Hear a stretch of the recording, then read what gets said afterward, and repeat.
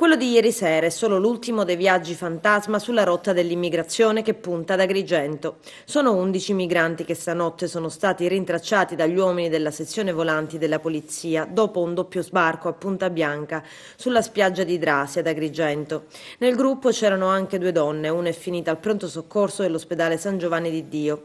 Stava male ed è stata ricoverata. Gli altri 10 extracomunitari rintracciati sono stati portati alla caserma Angelone per essere identificati, ma non è escluso che i migranti fossero molti di più e che gli altri compagni di viaggio siano riusciti a far perdere le loro tracce. Sull'Arenile, luogo dello sbarco, scarpe, vestiti e sacchetti fanno ipotizzare la presenza di una trentina di persone e due barche di legno di circa 7 metri di lunghezza. Sul posto Mare Amico ad Agrigento ad immortalare il fatto. Adesso è auspicabile, dice l'ambientalista Claudio Lombardo, che la Capitaneria con l'ufficio delle dogane provvedano al più presto a recuperare le imbarcazioni perché sono fonte di inquinamento.